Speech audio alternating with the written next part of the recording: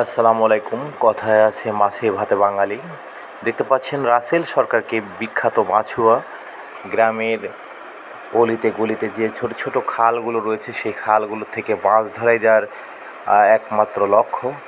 তো আজকে যে খালটি রয়েছে এই খালে তার ধারণা প্রচুর মাছ রয়েছে। দেখতে পাচ্ছেন অলরেডি অনেক কিন্তু শিং মাছ সে ধরেছে।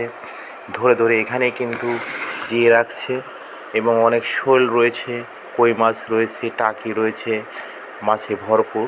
মাছ প্রায় ধরার শেষ পর্যায়েই।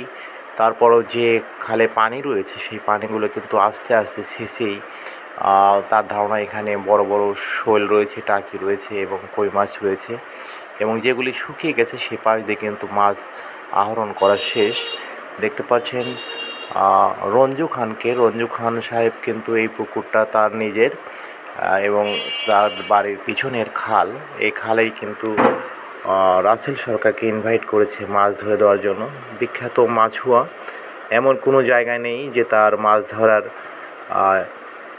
ইচ্ছা নেই। বড় নদী থেকে শুরু করে সব জায়গা থেকে কিন্তু সে মাছ ধরায় খুবই পটু।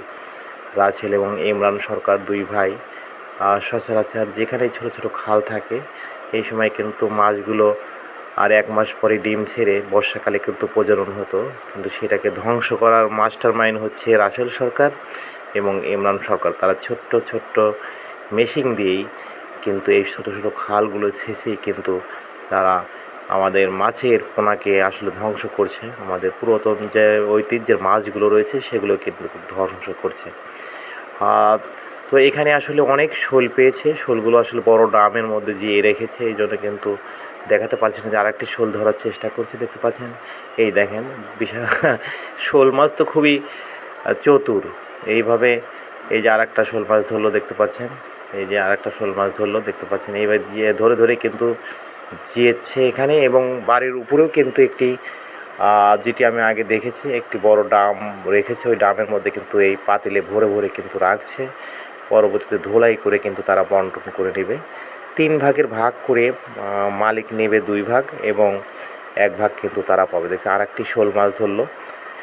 শোল মাছগুলো, অনেক শোল মাছই এখানে ছিল। এখন কিন্তু বেশিরভাগ মাছ ধরাই শেষ পর্যায়ে। তারা আশা করেছিল যে এখানে 3-4 মণ মাছ পাবো, তবে অবশ্যই 3-4 মণ মাছ পেয়েছে। সব ধরনের মাছ মিলে 3-4 মণ মাছ হবে এরকম। ধন্যবাদ সবাইকে।